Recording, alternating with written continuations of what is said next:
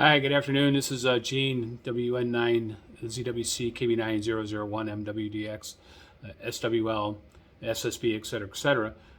I thought today would be a great day to hop on, and this is March 31st, 2023. I figured it'd be a great day to drop in here and talk about what's going on with weather patterns this time of the year. Here it is March 31st, and we're not even in April yet, and it looks like March 2023 in my area in the central U.S. and Iowa came in like a lion, and it appears to be leaving like a lion. And we've got a cold front and a warm front overrunning each other right now in the area, and weather's pretty bad out east of here. I'm getting reports of 5 tornadoes on the ground, so a lot to think about this time of the year where radio communications is concerned. And I'm going to touch on a couple things.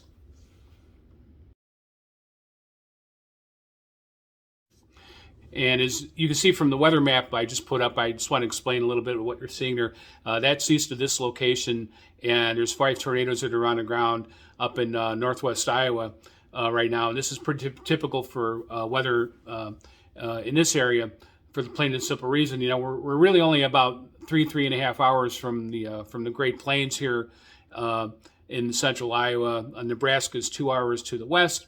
About another hour or so into Nebraska, you're in the Great Plains, and a lot of really nasty weather comes out of the northwest quadrant of Iowa. This one came out of the south and mixed in with a cold front, so it's a bad time. Is looking at the map, I'm sure you could see what happened here in the area that is being affected right now, and so this turned out to be another sudden storm front like we've seen over the last couple of years here in Iowa.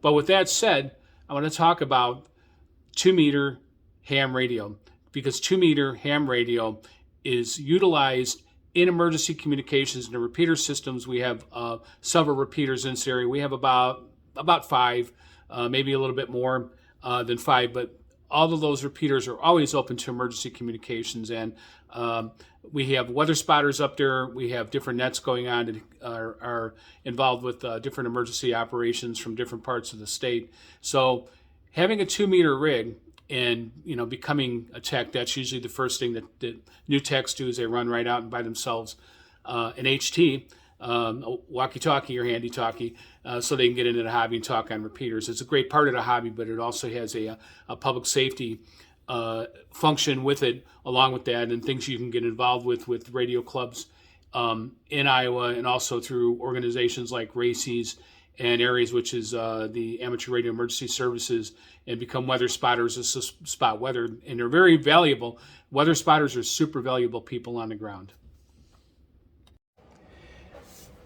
And these are a couple of my HTs that I own, and I won't profess to be an expert in handheld HTs or handheld radios, but I've always had one in my repertoire at all times that I've been involved in ham radio, even though I do a lot of other things, which I've said in other videos that I do. Having an HT and a connection to the repeater world. And I actually have, these are the last 2 HTs I have left. I have 2 HTs, and I also have 2 mobile VHF rigs. My Kenwood is strictly VHF, which I have in my vehicle, and my Yaesu, which I keep in a shack, has multi-bands. It covers a lot of territories with frequencies. It does both the VHF and UHF band as well, and I believe it does 220, though I've never ever worked 220 ever. Maybe one day I will, but I mainly stay on 2-meter repeaters.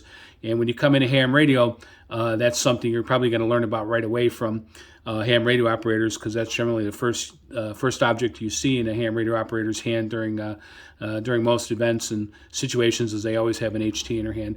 And these are 2 of my HTs that I own, and I came down to 2 because the one on the left is an Alinco, and that particular Alinco was the very first. It's a DJ 180, and it's the very, very first handheld portable that I ever bought. And there's a lot to be said, and I just want to say this, that everybody has their own preferences, but there's a lot of cheaper radios that are coming out today which might be attractive to hams, and that's good. And I've owned a Baofeng, and you can see I went out and bought a QIT here because it has kind of a cool tornado watch remains in effect until 8 p.m. for South And there it is. There's our current tornado watch taking place right now. Thunderstorm warning for eastern Marshall, eastern Hardin, and northeastern Jasper counties is canceled. The storms which prompted the warnings have moved out of the warned area. Therefore, the warning has been canceled. So you can see by the type of radio this is that you can do quite a few things with it. This is a multi-band. Let me light up that. Weather radio. See my Des Moines, Iowa, transmitting on 100.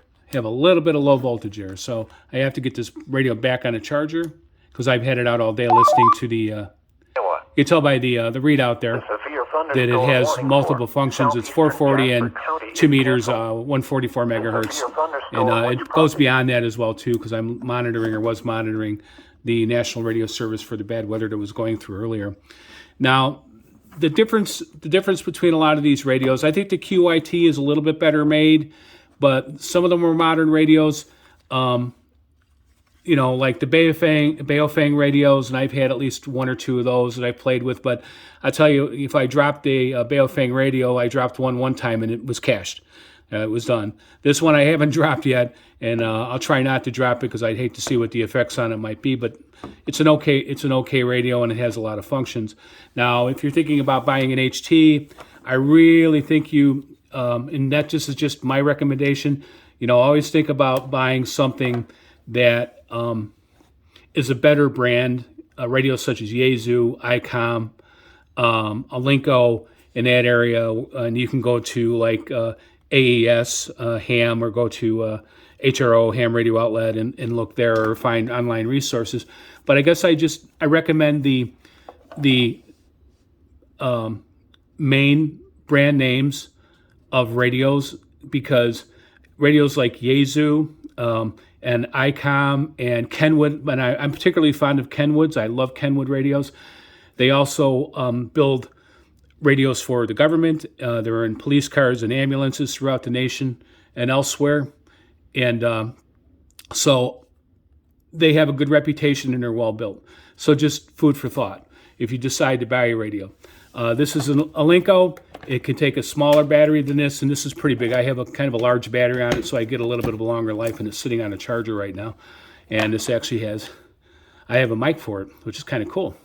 It's pretty awesome stuff. And I've had this radio for 23 years. And this radio, by the way, I have dropped.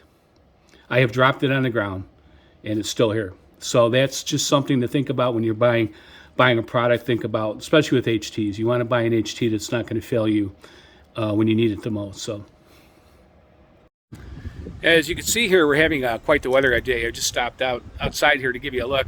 So this morning, up till about an hour ago, it was 75 degrees here in central Iowa. And well, it feels like it's dropped down to about 50 as this weather front came through. It got a little bit mean and nasty on us. That doesn't look half as bad as it did about an hour ago. So it got kind of bad here.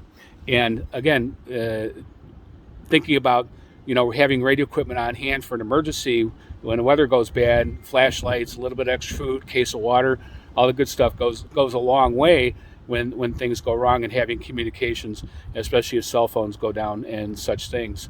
And HTs or VHF and UHF radios, they do have two modes. They have simplex and they have repeater operation.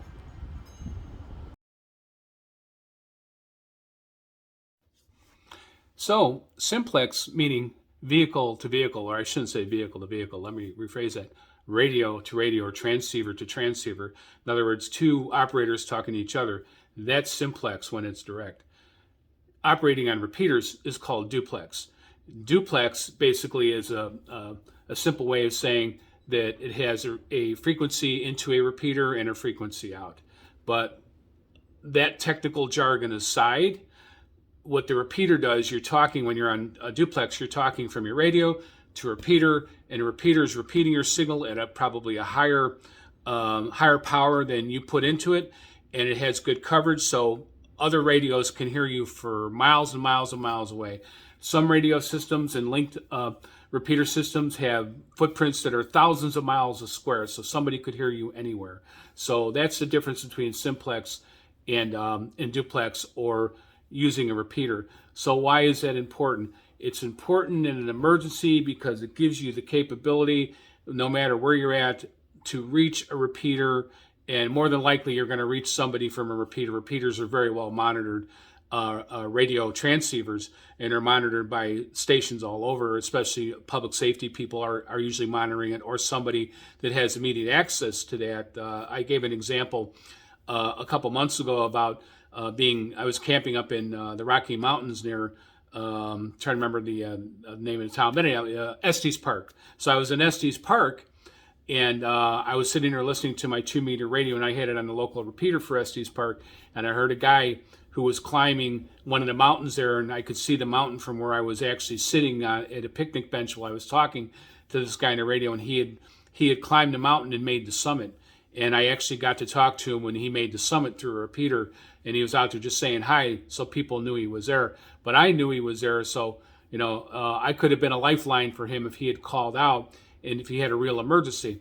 Food for thought. In that situation, on the road, in a storm, when other radio equipment's going to go down, your phones are going to go down. So just a lot of food for thought with 2-meter radios. And that's usually pretty much always how ham radio operators and most ham radio operators end up entering the initial part of being a ham radio operator. Though I'm sure that's probably not true. I'd probably get an argument from a lot of ham radio operators who did it differently. Maybe a ham radio operator went right and he got his general. But anyhow, from what I understand, if you decide that you want to be a tech, there may be more spectrum opening up to the new techs coming in and beyond. And plus, techs also have access to 10 meters as well as 2 meters, and there's a lot of cool stuff going on out on that HF band on 10 meters as well. But like I said, just food for thought. I don't want to wander too far off.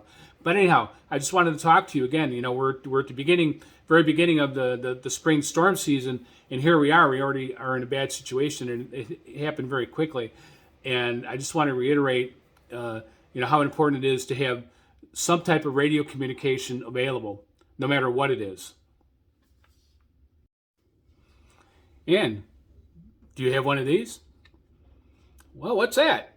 Well, it's not a 2-meter rig. It's not a 440 rig. It's not an HF radio. Well, I guess it is kind of an HF radio. It has AM radio on it. It has FM radio on it. This is called a portable AM/FM. Don't tell me it's backwards. Well, of course it's backwards. We're on the camera. Okay, so do you have one of these? $17 on Amazon.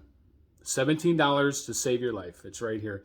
And I'm telling you this because, in fact, Amazon built this particular little, it's called Power Bear radio, and they built it as their pick, and it was advertised as a high sensitivity radio. So that's interesting, and I played with this for a few weeks, and guess what? They're right, it's very sensitive. By the way, I did drop it once, and it did survive, just so you know that. It barely survived, but I kind of snapped it back together. It stayed alive. So there's some more food for thought. And this is AM/FM, so when you get bored of listening to the disaster that's coming at you, you can, cue up some rock and roll music or something and listen to that. But all kidding aside, at the very least, have one of these. And again, a personal experience, I could tell you, I have a brother who lives in Florida, and the last hurricane that went through there, he was probably kind of in the middle of it or pretty darn close. And I was texting him. I don't know how he managed to keep his cell phone running, but he did. And without any power for many, many hours, probably, I was more like many days. I think they were out of power down there. But at any rate, I asked him, do you have a portable radio? And he did not. And this is just the very least that you could have in your radio to stay situationally aware. And AM/FM. AM is very important during a storm. That's where, when you get a storm, that's where you're going to get emergency weather information. More than likely, and you might get it from FM. They're out there, they do that, but other sources you might not get it. But there's a lot of ways to do that. So, but if this is all you have and everything else is down, you're good to go for $17.95. Okay, but just for food for thought. Okay, I won't take any more of your time. I know all our time is precious, but this is Gene from Listening and Radio. I really appreciate you taking a few minutes.